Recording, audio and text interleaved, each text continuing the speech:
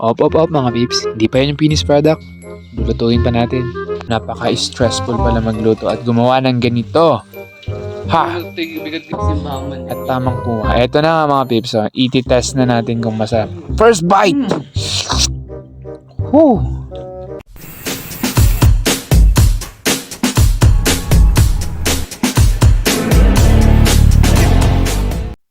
Hello mga peeps! For today's video, another episode na naman yung gagawin natin. So, magtataka siguro kayo kung bakit ngayon lang ako nakakapaggawa ng mga videos or late na rin ako mag-upload. Dahil, dami ko rin ginagawa mga peeps, dami kong inaasikaso, dami ko ding mga priorities sa buhay. Pero kahit ganun mga peeps, ginagawa ko pa rin yung best ko para makapag-vlog tayo. Kasi dito natin binubuhos yung ating stress at pagod. So ayan na nga mga peeps, eto nga pala ang aking Ragusa baby. Kung napapansin nyo, hindi na ako ganong nakakalabas dahil alam nyo na, ang init ng panahon, nawalan na ba ako ng gana. Pero kahit ganun mga peeps, so syempre kailangan pa rin natin siyang linisan. Kahit di tayo lalabas, syempre malinis siya. Mas maganda na rin yung mas malinis siya para hindi siya masira at kalawangin. Tamang punas lang tayo mamaya dyan. Pero bago yun, tamang kape muna tayo dyan mga peeps. Ay ito, habang tinagmamasdan ko ang aking Ragusa baby, tamang higop lang ng kape. Kaya tara, papakita ko sa inyo. Ito nga pala yung aking Ragusa baby. Medyo malungkot siya ngayon mga peeps kasi hindi na siya nakakapag-rides. Di bale, pag uwi natin ng Itiage, ako bike ulit tayo. Hindi totoo yan. Papasok, Bola lang yan. puntang school, at nakapag-bike ulit tayo. Sa ngayon siguro rest muna tayo kasi bakasyon nga. Pero kahit ganun mga peeps, wala akong maisip na gawin. At dahil nagugutom tayo, eto pala yung gagawin natin sa video na to. Magluluto tayo ngayon ng saging. Alam mo yun? Yung saging, yung turon. Basta yun. Ayan. Try ko nga pala maglagay ng hand gloves. Pero sabi ko parang mas goods. Pag ganito, parang malinis ba? Alam niyo mga peeps, ngayon lang ako nagganto. Gagawa ko ng ganyan. Pero para akong ignorante dyan mga peeps. Tingnan yung aking face oh. Oh. Pa-okay pa ako dyan. So habang inaayos ko yung mga dapat gamitin, so maghihiwa na sana ako ng saging dyan mga peeps.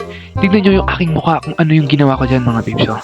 Oh, na-realize ko mga peeps na hindi ko pala kaya na may hand gloves. Pero bago yun mga peeps, naghugas rin ako kanina. Baka sabihin nyo, hindi ako naghugas. Naghugas pala ako. Alam nyo ba tong saging na to made from Thailand pa? Medyo malayo pa yung pinanggalingan niya kaya ganyan. Medyo palungsot na siya. Alam nyo palungsot? Yung pakon ba? Sa Ilocano kasi palungtot na yun. Basta yun, tingnan nyo, naluyak-luyak mo. Diba? Sa mga sa gumagawa ng turon dyan, alam ko nakaka-relate kayo. Kahit na maperver din, pero gagawa pa rin kayo. Ayun. So yun na mga peeps, gagawa na tayo. Tatanggalin na natin to ang ating wrapper. Binili pala natin yun sa palengke. 25 pesos. Wala bang discount. Wrapper, 10 piraso lang yan. Pero akala ko madami. Mga 20 pieces lang pala nagawa ko dyan mga peeps. Kaso tamang balot lang. Mag-isa ko pala dyan. Obvious eh. Mag-isa ko lang dyan mga peeps kasi wala sila. Mag-isa ko lang. So yan, tamang ayos lang dyan. Tamang pagbalot ng turon. Siyempre sinosok ko yan sa sukal at ikinamay kamay ko ng peeps. Oy, pero malinis yung kamay ko dyan. Huwag kayong mag-alala mga peeps. Op mga peeps. Hindi pa yan yung finished product. Lulutuin pa natin. Titignan nyo. Parang mukhang masarap na nung kahit di pa luto. Pero bago yan, ginawa ko na yung kawali. Si Mr. Kawali. At ito naman si Mr. Tangkay. Ayun. Pagkasindingan natin, umapoy nga mga peeps. At kung titignan nyo dito, sa mismong kawali, so maghanap tayo ng mantika. Yun yung ating, di pa turon yan eh. Basta binalot na saging pa yan. Di pa luto. Pag luto na, saka nang tawag na. So naghanap nga tayo ng mantika. At eto nga yung nahanap natin.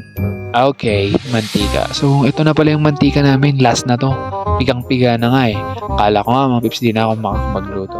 So, bago yun, yan nga pala si Inang. Ayan, patalastas ba? Uy, commercial. So, ayan, balik tayo. Go back na tayo. Magluluto na tayo ng ating specialty na made from home. Handmade. Kaya nga. Oh, talaga, handmade. Diba? So, yung mga pips, habang nilalagay namin dito, so, talagang magiging natin. Alam mo yun, crunchy ba yun? Potato nga, di ba ito? So, after nga nun, may lagay natin mga peeps. Yan, naglagay pa tayo. Bali, 4 nga pala yung nalagay natin. At, ito nga pala ng aking face. Oops, kung titignan yung mga peeps, napakapula ng mata ko. Hindi ko alam kung bakit. Mapdi nga eh, kanina pa pagising ko eh. Mapdi. Okay, yan ba siya ng aking lola? Okay, eto na. Tamang luto nga tayo dito. Ano? Ay, nako. Ito pala yung buhay, no? Pag walang magawa. Yan, kinamay ko ulit. Sa mga manunod dyan, ha? Baka ayaw nyo ng kinamay. Hindi naman kayo kakain, eh. Kami naman kakain. Joke lang. So yun na mga babes, tamang luto lang tayo dito. At kung titignan nyo, napaka-stressful pala magluto at gumawa ng ganito. Ha! Pero yun, napakasarap naman tignan, no? Oo, diba? Kung mga gusto at walang ginagawa dyan, kung may saging nga, bili na kayo ng wrapper. Sarap to. Yung ganun lang yung recipe natin, mga kumuha ka ng saging, hiwain mo, sausaw mo sa asukal, balutin mo, iprito mo, kainin mo.